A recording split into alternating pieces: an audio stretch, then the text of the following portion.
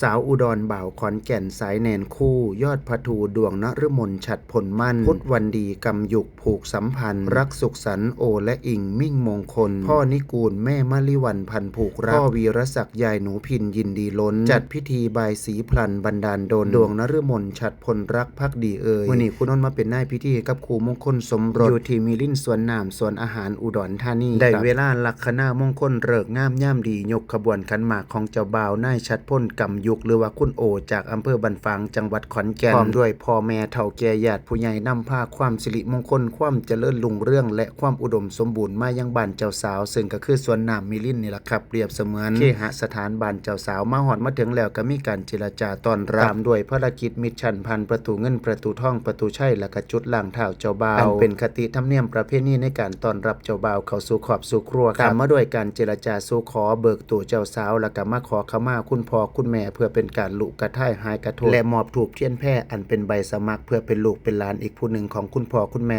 ตามด้วยพิธีแจกแจงสินสอดสวมแหวนหมั่นแลกแหวนซึ่งกันและกันต่อมากับรับสถานที่เป็นพิธีบายสีสู่ขวัญเรียนเชิญญาติผู้ใหญ่ของมาลัยมงคลสวมมงคลแฝดและกระเจิมหน้าผากตามด้วยอีพอพามกระทำราบาสีเพื่อเอิ่นขวัญอำนวยอวยพรให้กับครูบ่าวสาวสำหรับเจ้าสาวในมือนี้นางสาวดวงนฤมลพุทธวันดีหรือว่าคุณนำอิงสาวอุดรธานีแต่งดองกับหนุ่มเมืองขอนแก่นอำเภอบันฝางหลังจากบายสีสู่ขวัญป่อนไข่หน่วยมือขวาป่อนไข่อ้ายมือซ้ายป่อนไข่นางแล้วก็มีการสมมาญาติผู้ใหญ่ในพิธีรับไหว้ตามโดยการผูกข้อไม้ข้อมือเป็นเสร็จพิธีสุดท้ายนี้ก็ขออวยพรให้กับคุณโอคุณอิงข้องรักกันตลอดไปขอบคุณที่ให้คุณนนท์ไปเป็นส่วนหนึ่งในวันสำคัญขอบคุณทีมงานสร้างภาพน้องเจมเมจะชิวไปไหนสร้างภาพสุดหล่อเป็นตาหักบิวเก่งผู้ใดสนใจงานก็ติดต่อน้องได้ครับและขอบคุณสถานที่สวยๆมิลินสวนน้ำสวนอาหารจังหวัดอุดรธานีและที่สำคัญผู้ใดมีครูมีฤกษ์บ่คันมีนายพิธีเอิ้นใส่ครูนนท์ได้เด้อครับเด้อ